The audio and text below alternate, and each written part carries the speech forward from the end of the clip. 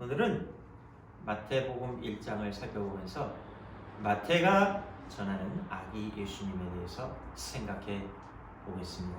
마태복음 1장을 보면 마태가 마태복음 전체에서 무슨 이야기를 하려고 하는지를 알 수가 있습니다. 오늘 우리가 마태가 전하고자 하는 예수님에 대해서 살펴보겠습니다. 첫째, 아기 예수님은 다윗과 아브라함의 아들, 즉 왕이시다.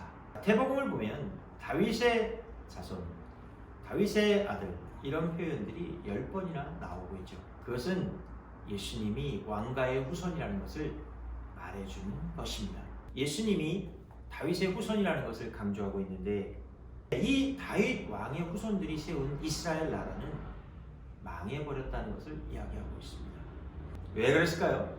예수님은 다윗의 후손이긴 하지만 다윗의 후손들이 세운 나라와는 다른 나라를 건설하셨다는 것을 보여줍니다. 다윗의 후손들이 세운 나라는 죄로 인해 망해버렸지만 예수님이 세운 나라는 영원한 나라라는 사실입니다. 그 이유는 예수님 안에 죄가 없기 때문인데, 바로 성령으로 잉태됐기 때문에 죄가 없으신 것이죠. 여기서 우리가 알아야 되는 것은 우리 내면에 하나님의 의가 있어야 우리의 것들이 영원히 보존되고 지속된다는 사실입니다. 우리가 어떤 사람을 볼 때 저 사람이 매우 인간적으로 잘 나가는 것 같고 잘 되는 것 같아도 그 속에 죄가 있다면 우리는 그 사람의 미래를 알 수 있습니다. 다윗의 후손들이 세운 나라처럼 죄로 인해 망하게 될 거라는 사실입니다. 하지만 겉으로 볼 때 가난하고 형편없는 사람이라고 그 속에 하나님의 의가 있다면 그 사람은 점점 강성해지고 축복을 받고 하나님의 능력으로 영원한 하나님의 축복을 받게 되리라는 사실입니다.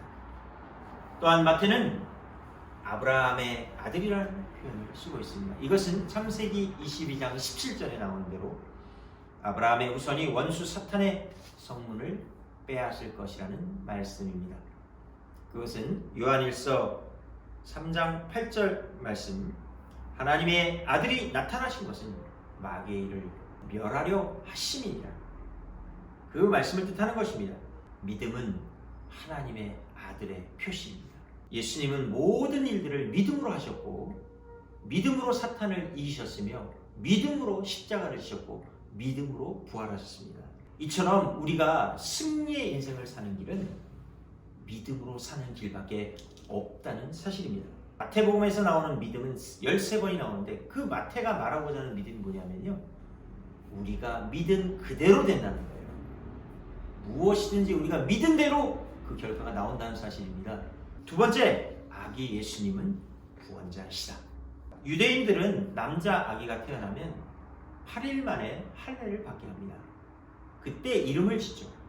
근데 성경에 보면 태어나기도 전에 하나님이 장명을 해주는 경우가 나옵니다.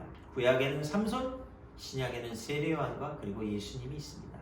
이 세 분들의 특징은 그 이름 속에 그들이 장차 걸어가야 될 운명과 또 그들이 해야 되는 사명이 들어가 있는 것입니다. 삼손이라는 뜻은 무엇일까요?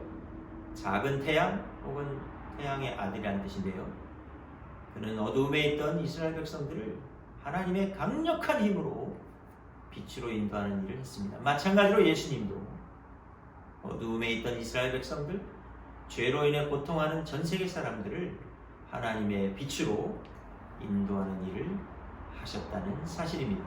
이스라엘의 역사를 살펴보면 아브라함에서 다윗 왕에 이르는 시기를 황금기라고 할 수가 있겠습니다.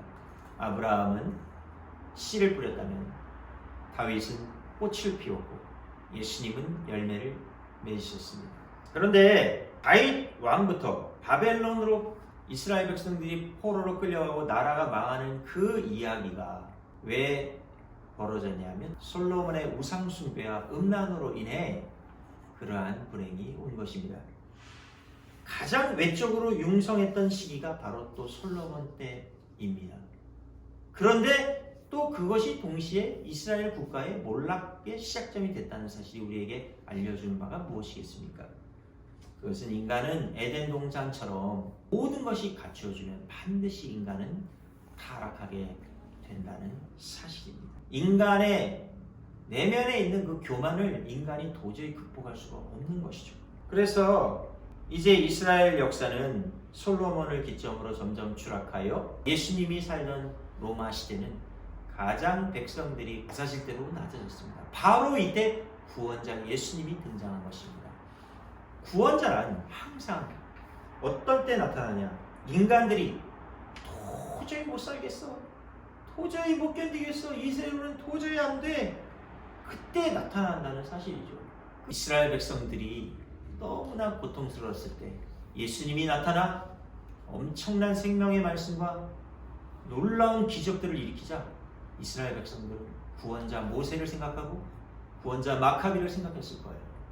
그렇지만 예수님은 그 모세나 마카비와 다르게 한 나라를 구원하는 것이 아닌 온 인류를 구원하기로 오신 분이죠. 그러니까 그들보다 좀 더 깊고 좀 더 포괄적인 문제를 다루셔야 했는데 그것이 인간의 죄와 사탄의 공격과 죽음의 문제인 것입니다. 여러분 생각해 보세요. 2000년 전에 우리나라 사람도 아닌 유대 청년이 십자가에서 죽었습니다. 그런데 어떻게 구주가 될 수 있을까요? 근데 많은 사람들이 그 예수님을 지금 믿고 있고 전 세계 사람들 중에 가장 많은 사람들이 기독교를 믿고 있지 않아요? 어떻게 이런 일이 일어난 걸까요?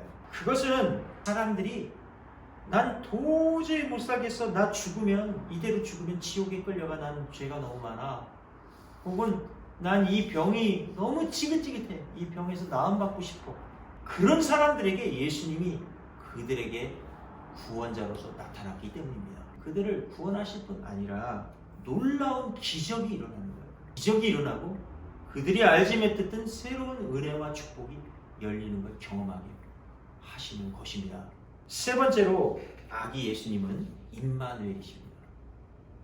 임마누엘이란 하나님이 우리와 함께 계시다는 뜻이죠.